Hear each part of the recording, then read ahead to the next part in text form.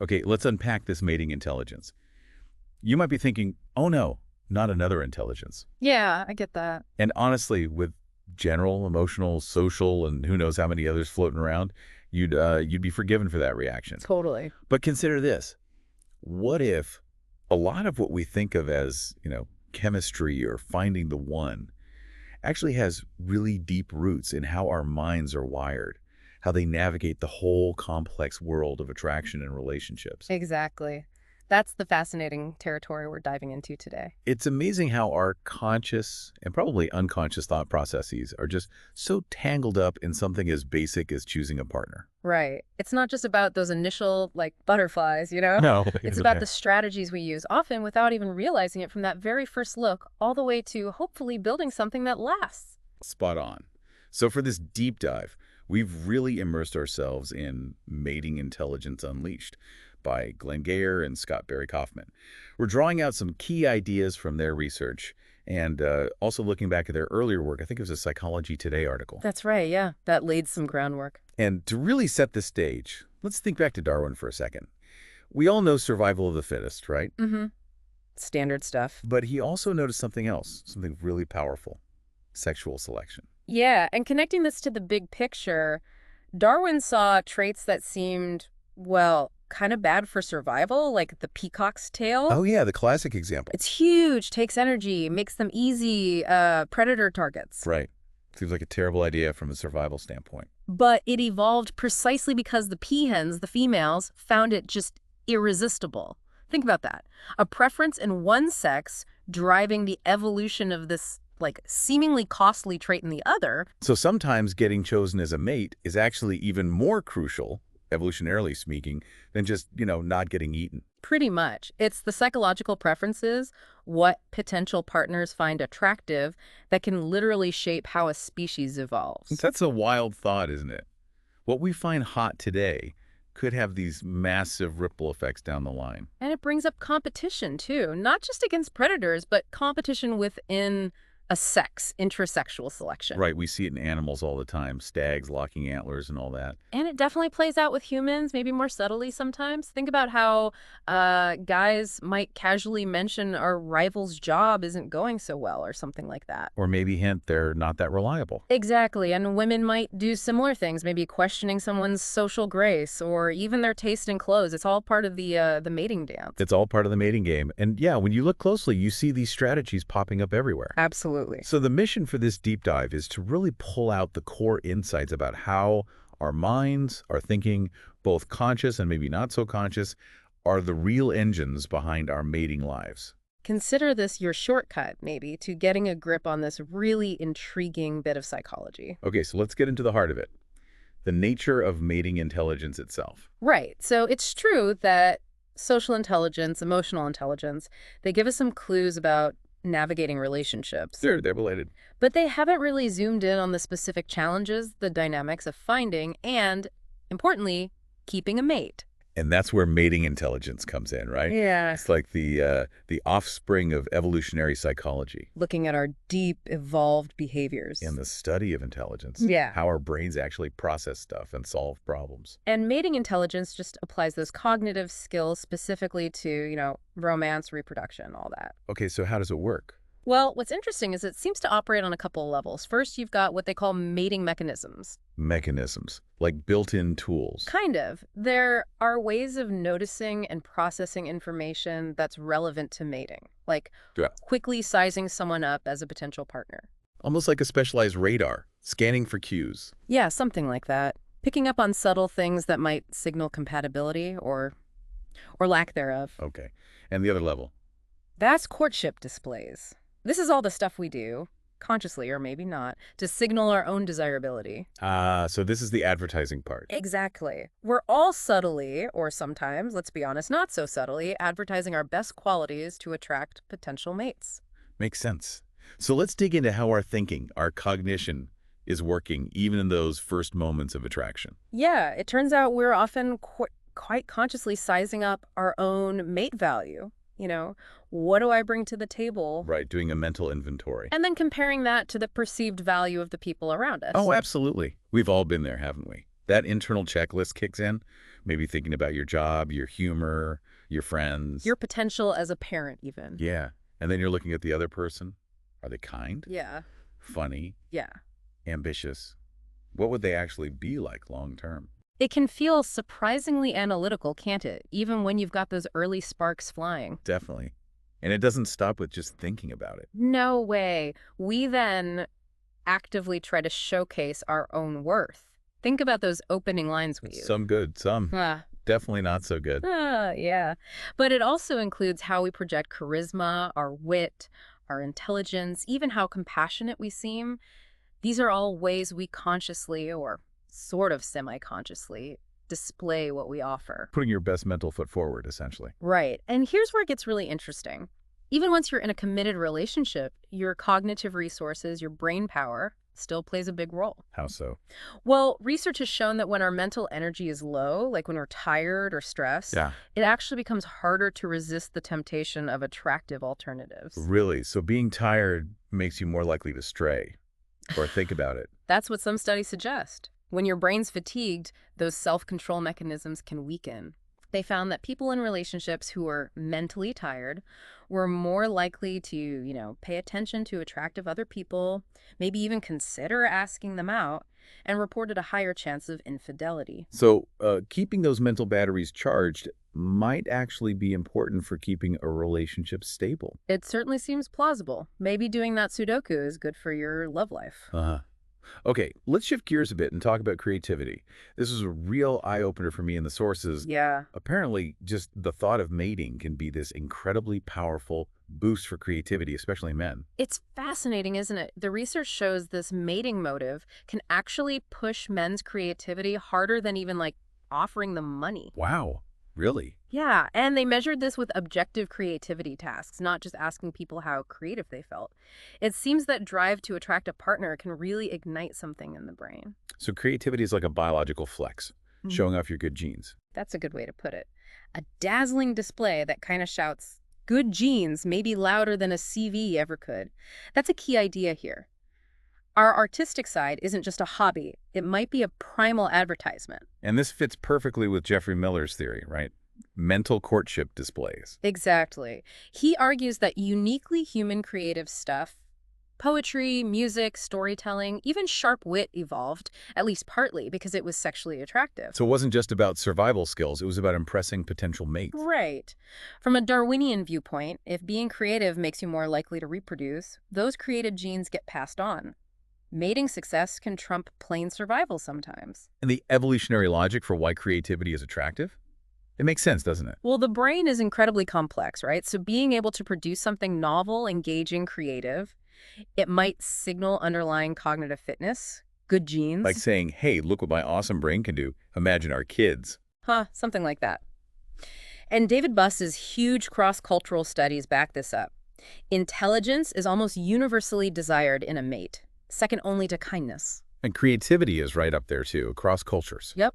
Highly valued pretty much everywhere. And if you need more proof, there's research linking creative jobs, artists, poets, musicians, to a higher number of sexual partners, especially for men. It suggests that creative output can actually translate into, well, more mating opportunities for some people. Okay, let's zoom in on one specific type of creativity. Humor. Ah, yes, humor. It plays a big role in courtship, and the research suggests a kind of interesting division of labor, especially early on.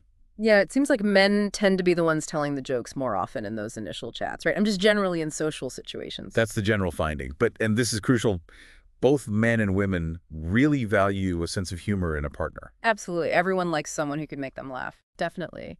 And one study really drove home the power of humor. They watched interactions, and men who actively told jokes were significantly more likely to get a woman's phone number compared to guys who just, laughed along. Interesting. So being the source of the humor matters. It seemed to. And those joke tellers were also rated as more attractive, funnier, obviously, but also more intelligent and sociable. Ah, so it's not just about the laugh. Telling jokes signals other good stuff. Exactly. It seems to signal what researchers call social intelligence, basically, being good at navigating social situations. Like saying, I'm quick-witted, I get people, I'm fun to be around. Precisely. It's a package deal. Okay, moving on to those critical first few moments. Opening lines. The dreaded pickup lines. Yeah. Turns out, even something that seems that minor can reveal a lot. And, kind of weirdly, how mentally tired you are can affect how well different lines seem to work. That's right. When you're mentally drained, maybe those subtle social cues get missed, and the raw effectiveness or lack of effectiveness of the line itself becomes clearer. Like you don't have the energy to overthink it, you just react. Exactly. So researchers have actually categorized and tested different types. You've got direct lines, I think you're cute. innocuous ones, Do you know the time? Or yeah, nice weather? and those cuter flippant ones. Are you from Tennessee? Because you're the only 10 I see. Oh, dear. Huh. And the findings are pretty consistent, those innocuous lines. They tend to make the speaker seem smarter, even sexier. Really? Just asking for the time. Yeah, they're low pressure. They suggest maybe a genuine interest in just talking, not necessarily hitting on someone aggressively. Makes sense. Less threatening implies maybe you want an actual conversation. Right. On the flip side, those cute or flippant lines, they might make you seem sociable, confident, maybe funny to some, but they can also backfire, make you seem less trustworthy, less intelligent. And those are pretty big deal breakers, especially if someone's thinking long term. Exactly. So that witty pun might get a quick smile, but maybe not much further. The sources even had that example right. A guy at a fancy dinner party using his knowledge of classical music to start a chat. Yeah, totally different vibe. Subtle, shows intelligence, cultural awareness, potentially much more effective in that context. And it highlights something important, especially maybe for men. Opportunity costs. Meaning? Meaning investing time and effort in pursuing one person means you're not pursuing others. So being strategic early on, trying to quickly figure out someone's personality and values, makes evolutionary sense. Good point. You don't want to waste time on a dead end. And it's not just about men making the first move, is it? Not at all. Research suggests direct opening lines can actually work quite well for women, too. So a woman clearly showing interest can be effective, maybe challenges some old stereotypes. Could be. Signaling clearly seems to work sometimes, regardless of who's doing it. Okay, let's shift focus a bit. Let's talk about emotionality and vulnerability, showing your softer side. Yeah, this is interesting because it might seem counterintuitive, right? In a world that often values being tough. Definitely. But think about, okay, maybe a slightly cheesy example, but groups like the Backstreet Boys, Ah, I know where you're going. their songs are just dripping with emotion, vulnerability, and millions loved it. True. It resonates.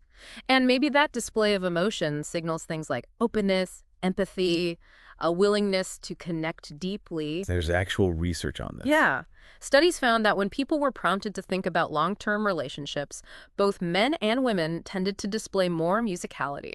Interesting. Music as emotional expression. Right. But here's the twist. When primed for short-term mating, only men showed that increase in musical display. Huh. Why only men? That's a good question. The research doesn't fully explain it. But maybe even more telling. Musical ability didn't seem linked to general intelligence or other cognitive traits. So it's not just about being smart. It suggests music might be a specific signal, maybe a domain-specific way to communicate empathy and emotional range, rather than just raw brain power. So hitting the right notes is about conveying feelings, not just technical skill. Potentially, yeah.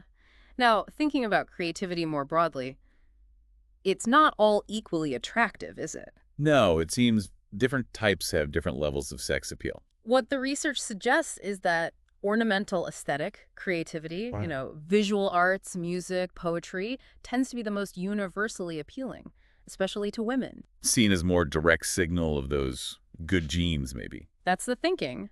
But it's not just about traditional art. Some people are drawn more to creativity in, say, applied technology. Like designing cool gadgets or solving complex technical problems. Exactly, and a smaller group seems drawn to more personal creativity, unique hobbies, personal style, that kind of thing. So lots of ways to signal your underlying qualities through creativity. Definitely diverse. And this leads to a fascinating question. Creativity versus wealth. Ah, the age-old dilemma. Artist or banker? Huh? Well, research has actually looked at how women's preferences for creative talent versus material resources might subtly shift across their menstrual cycle. Okay, explain the evolutionary logic there. The idea is, during the high fertility phase, women might subconsciously prioritize indicators of good genes like creativity, especially in a potential short-term partner. For potentially healthier offspring. Right. But for a long-term partner, those good provider or good dad indicators resources, stability might become more important. And did the studies find that? They did find evidence for these kinds of context-dependent shifts. It wasn't just about feeling more interested in sex generally, it was about specific changes in what they found attractive tied to the mating context and their cycle. So it's more nuanced than just hormones making people generally more receptive. Exactly. It suggests these preferences are quite finely tuned. Okay, let's broaden the lens now and talk about life history strategy. Right. This is a bigger framework from evolutionary psychology. It's about how individuals allocate resources, time, energy across their lives, including mating and raising kids, right? Exactly. Think of it like a spectrum. On one end, you have a slow life history strategy, also called case-selected sometimes. That's about investing heavily in fewer offspring. Long-term survival development. Precisely, quality over quantity, you could say. Then, on the other end, you have a fast life history strategy, or reselected. More offspring, less investment in each one, often in tougher environments. Yeah, where life might be shorter or more unpredictable. The strategy is often to reproduce earlier and more often, even if parental care is less intensive per child. So in stable, resource-rich places, the slow strategy might pay off more. Fewer kids, but you invest a ton in them. Makes sense. And research has actually identified something called a K factor in humans. A K factor? Yeah, it's like a cluster of traits that tend to go together, reflecting a slower life strategy. People high on this K factor often report things like closer bonds with their fathers, more secure attachment. Less risk-taking, fewer partners. Generally, yeah. Lower mating effort, less risky behavioral. And what's really interesting is how our environment, especially early on, can shape this. Absolutely. Experiencing really harsh or unpredictable conditions in childhood or adolescence can sometimes nudge people towards adopting a faster strategy later on. But it's not just environment, is it? It's genes, too. Crucially, yes. It's a constant back and forth between our genetic predispositions and our life experiences. Genes might lean us one way, but the environment can trigger or reinforce those tendencies. A dynamic feedback loop. Exactly. And it means our life history strategy isn't set in stone at birth. There's flexibility, plasticity. We adapt based on the cues we get from the world around us. Evolution's built us to be sensitive to those cues. Okay, let's connect this life history idea to personality, specifically the big five traits. Right. So the big five. You've got two broad factors. Stability. Which includes low neuroticism, high conscientiousness, high agreeableness, basically being emotionally stable, organized, cooperative. Spot on. Stability is about self-control, getting along, and intuitively, these traits are usually highly desired in long-term partners, right? They make for smoother sailing. Definitely. You want someone reliable, calm, easy to be around. And research suggests people often look for partners who are maybe slightly higher than themselves on these stability traits. Interesting, like seeking someone to balance you out or shore up your weaknesses. Could be. And maybe it explains some of the subtle self-enhancement or polishing we do during courtship, trying to seem a bit more stable than we are. Huh. Plausible. Okay, so that's stability. What about the other factor? Plasticity. This covers extroversion and openness to experience. Being outgoing, adventurous, curious. Exactly. And these traits can often facilitate a faster life history strategy. How so? Well, extroversion helps you meet more people, potentially increasing short-term mating opportunities. And openness might amplify those creative displays we talked about. Makes you seem more interesting, maybe more willing to try new things. So extroversion gets you out there. Openness makes you more exploratory. Kind of. And interestingly, within openness, researchers sometimes split it further into intellect, liking complex ideas, intellectual discussions, and openness in a narrower sense, liking new sensations, aesthetic experiences. Ah, so you could be high on one but not the other, like enjoying abstract debates versus loving art museums. Exactly. And brain research actually shows some different patterns for these facets. Understanding that nuance helps explain why different open people might look for different things in dating. Someone high on intellect might want deep talks. While someone high on the sensory openness wants shared experiences, adventures. Precisely. It adds another layer to compatibility. Okay, and here's a weird twist. Schizotypy. Yeah, this is a complex one.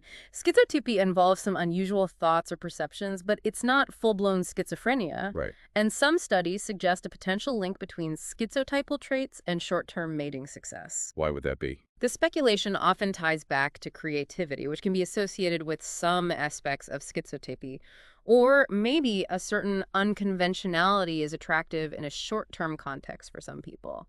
It's debated, but highlights potential evolutionary trade-offs. So different personality types might offer different advantages depending on the mating strategy or context. Exactly. It's all about trade-offs shaped by evolution, interacting with the environment.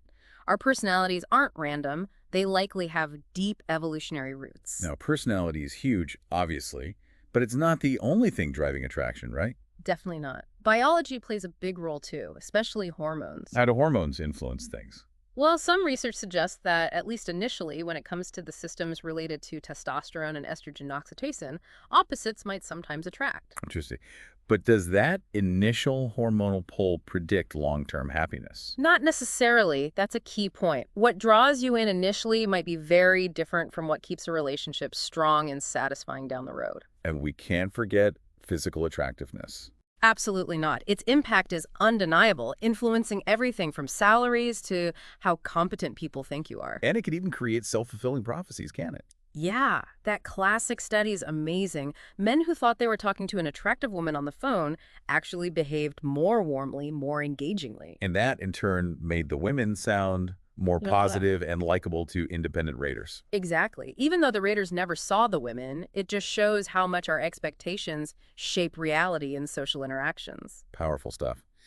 And speaking of physical cues, there's research suggesting women might be perceived as slightly more attractive around ovulation. Yes, subtle shifts, but some studies find that, linked to peak fertility. Okay, what about what makes men physically attractive? We know women generally value kindness, resources, status for long term. Right, but physical attractiveness in men tends to become more important for women in specific contexts, like around ovulation, or when considering short-term relationships, or even infidelity or choosing a sperm donor. Contexts where good genes might be prioritized over good dad traits. That's the evolutionary thinking, yes. Physical attractiveness is often seen as a proxy for underlying genetic quality in those situations. And what features are typically linked to male short-term attractiveness? Things like height, a more masculine build, muscularity, facial attractiveness, and signs of social dominance often come up in research. But it's not purely objective, is it? Like just checking boxes. No, definitely not. Familiarity and just liking someone have a huge impact on how physically attractive we perceive them to be. So connection matters. Positive feelings matter. It's not just measuring facial symmetry. Exactly. And ultimately, attracting a mate, it's kind of a competitive game, isn't it? Trying to stand out. Okay, so summarizing this section, human mating isn't random. It seems strategic, predictable in many ways, shaped by evolution for reproductive success. The reproductive success doesn't just mean having the most kids possible in humans. Right, and Robert Triver's parental investment theory is key here. Absolutely. The sex that invests more in offspring gestation, lactation, raising them, tends to be more selective. And in humans, that's typically females, given pregnancy and often more childcare historically. Right. Our offspring are incredibly dependent for a long time. This high investment pushes towards long-term mating systems. Which is probably why monogamy, or at least long-term pair bonding, is so common across human cultures. We're generally geared towards long-term strategies. And that higher female parental investment leads to greater choosiness. We see this in things like speed dating studies. Where women tend to say yes to fewer potential second dates than men do. Exactly. They're generally more discriminating. And female mating psychology, on average, seems focused on finding partners who are likely to be faithful, honest, smart, and good providers over the long haul. Yes, focused on long-term commitment and support. And even within a relationship, women often monitor a partner's ongoing investment time, attention, emotional energy. What about jealousy? The sources mention sex differences there too. Yeah, this is a well-replicated finding, though like all sex differences, it's about averages, not absolutes. Typically, men report being more distressed by sexual infidelity. Worries about paternity, maybe. That's the evolutionary hypothesis, whereas women tend to report being more distressed by emotional infidelity. Fear of losing resources, commitment, support. Potentially, yeah. A partner forming a deep emotional bond elsewhere could signal a diversion of investment. But it's not just about biological sex influencing jealousy, is it? No, definitely not. Our attachment style, how secure or insecure we feel in relationships, based partly on early experiences, also plays a huge role in what triggers jealousy and how we react. Secure people, for instance, both men and women, tend to be more bothered by emotional infidelity. And even external factors matter, like the local sex ratio. Right. If there are way more women than men in an area, for example, men tend to become more oriented towards short-term mating. More opportunities, less need to commit, perhaps. And what about how desirable we think we are? Our self-perceived mate value. That's huge. How attractive or valuable you believe you are as a partner strongly influences your choices and behavior. People who think they're a catch are choosier. Generally, yes, they set higher standards. And they tend to be more popular, especially men, in terms of initiating flirting. It's like having more social capital in the mating market. Does our own physical attractiveness level affect who we choose? It definitely influences who we tend to pair up with. People often match based on attractiveness. But interestingly, even though we might choose someone similar to ourselves, most people still broadly agree on universal standards of what's considered attractive. Fascinating. What about mate copying? Being influenced by others' choices. Yeah, this is really interesting. We're subtly swayed by who other people find attractive. For women, seeing other women interested in a man can make him seem more appealing. Like social proof. If other women like him, he must be good. Kind of. Even just being told a man is in a committed relationship can sometimes boost his attractiveness to other women. Wow. And positive recommendations work too. Absolutely. A good word from another woman can significantly increase how desirable a man seems, sometimes even overriding a woman's initial negative impression. And rejection works the other way. Definitely. Finding out someone was just dumped can be a major turnoff. And let's not forget the ovulatory cycle again. Yeah. You mentioned preference shifts, but it affects more than just that. Yeah. Despite the old idea of hidden ovulation in humans, more and more research shows subtle shifts in women's behavior, motivation, and even how they dress or act during their fertile window, potentially making them slightly more conspicuous or receptive.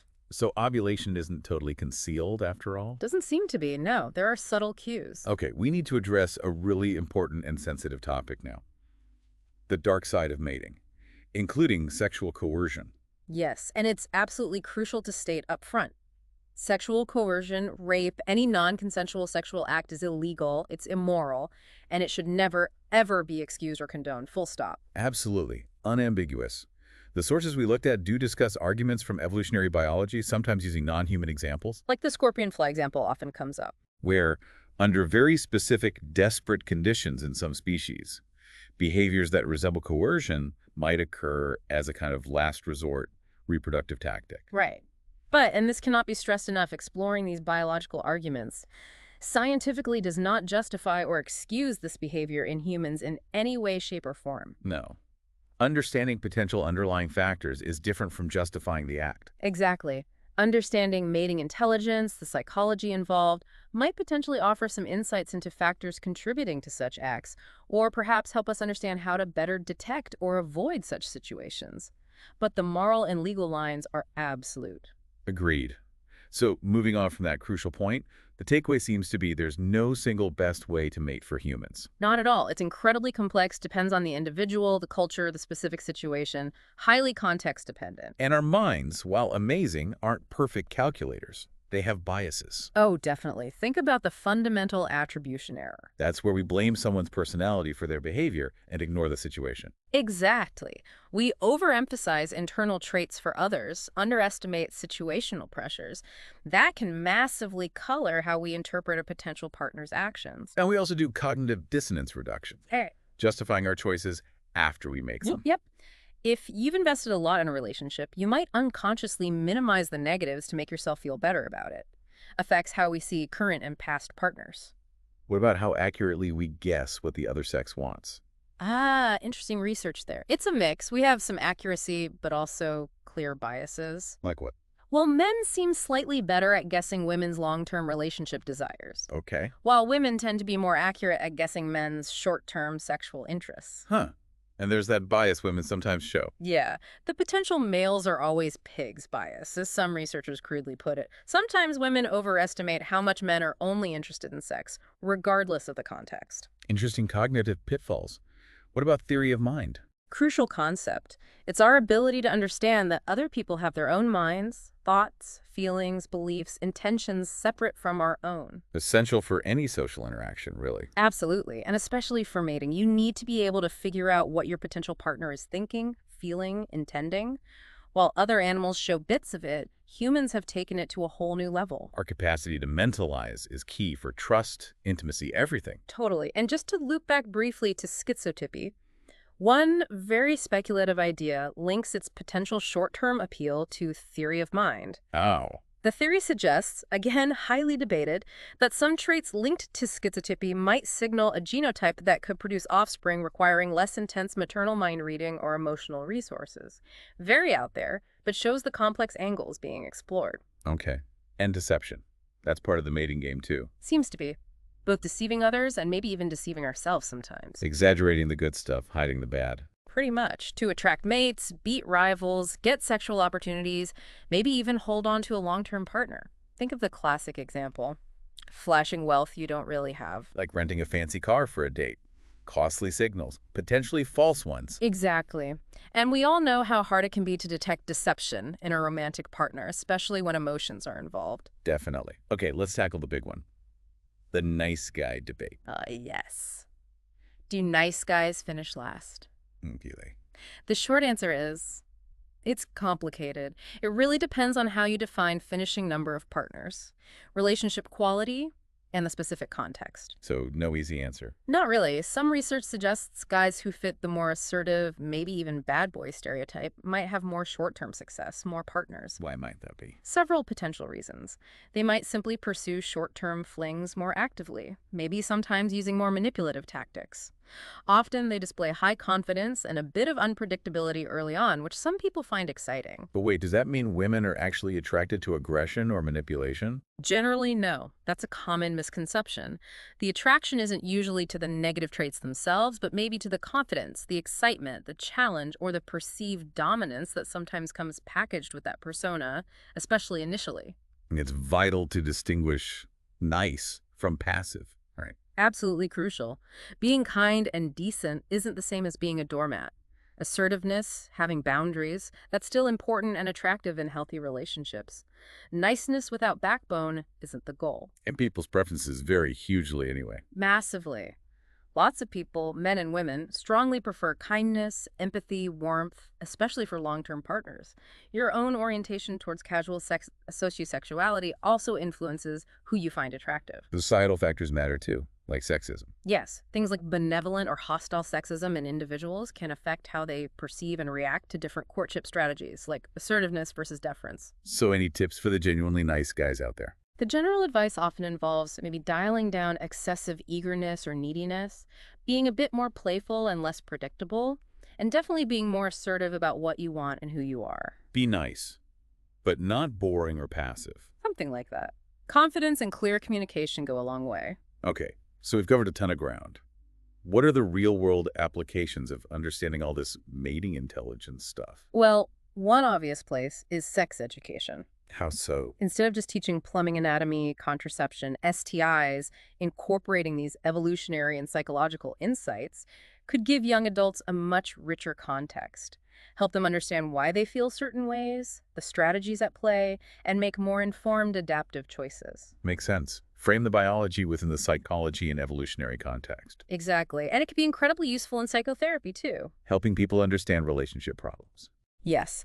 Therapists who get evolutionary psychology and mating intelligence can help clients see their stress, anxiety, or relationship patterns in a broader context. Right. Like if someone, let's call him Michael, is deeply stressed about not finding a partner, understanding that this isn't just a personal failing, but potentially the activation of deep evolutionary drives related to reproductive success can be really validating and helpful in figuring out coping strategies. Take some of the personal blame off, maybe? Could do. It also sheds light on bigger societal things, like why do we have runaway consumer spending? Part of it might be courtship signaling, showing off resources. Exactly. Trying to signal mate value. Understanding this can help us be more critical consumers, maybe better at spotting genuine quality versus just flashy signals. Even something like differences in death and injury rates between young men and women. Yeah, and again, it's crucial to stress that this is about scientific explanation, not moral judgment or justification. But the higher rates of risk-taking and accidental deaths often seen in young men might be partly understood through the lens of evolutionary pressures related to intrasexual competition for mates, taking risks to gain status or resources. And life expectancy affecting life strategy. Yes. In areas with lower life expectancy, more deprivation, more unpredictability, people might understandably adopt faster life strategies, Hmm. focusing on earlier reproduction when the future feels uncertain. And that doesn't mean they're less intelligent, right? Absolutely not. It's often a rational, adaptive response to their specific environmental challenges. They're making strategic choices based on the hand they've been dealt. Okay, finally, let's touch on the mating intelligence scale itself. Right. So this actually grew out of that Psychology Today article we mentioned. Geher and Kaufman and others developed it as a way to actually measure this concept empirically. Does it work? Well, initial studies are promising. It seems reliable, and it shows some validity in predicting things like self-reported sexual activity. But it's mostly self-report right now, asking people questions. Primarily, yes. The goal for future research is to develop more direct ability-based tests, like can you accurately judge someone's interest or effectively display desirable traits? That's harder to measure, though. I bet. Are the scores interesting? Huh, yeah, anecdotally, you see a huge range. You might get a grandmother scoring surprisingly high, maybe reflecting wisdom gained over a lifetime, while a young student scores lower, still learning the ropes. It shows how varied it is. What kinds of questions are on it? They vary for men and women, but examples might be like, for men, I can tell when a woman is interested in me, or I know how to make a woman feel special. And for women. Maybe things like, I can tell if a man is just after sex, or I know how to keep a man interested in me long term. Things related to perception and strategy. And there are average scores. Yeah, in one study, the average was around 100, 105 with a standard deviation, but it varies. The scale looks at different facets too, like mating-related self-perception, tactics, and self-reported success. Okay, so it's a tool researchers are using to try and quantify this complex idea. Exactly. Still evolving, but giving us ways to study it systematically. Wow. Okay, so to wrap this deep dive up, life and mating are, well, incredibly complex. Understatement of the year. Huh.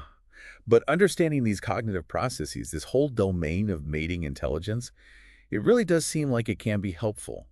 On an individual level, understanding ourselves and our relationships. And maybe even on a societal level, understanding broader patterns. So the big takeaway then, mating intelligence is really about how our minds grapple with all the complexities of sex, dating, love. It's rooted in these powerful evolutionary forces that have shaped us over ages. But it plays out through this amazing, intricate array of thinking processes, both the ones we're aware of and the ones we aren't, Influencing everything from that first spark. to the deep bonds we try to build over lifetime. And what's really fascinating is thinking about how these ideas might connect to your own life, your own experiences, or what you see happening around you in the dating world. Definitely gives you a new lens to look through. For sure. So here's a final provocative thought to leave you with.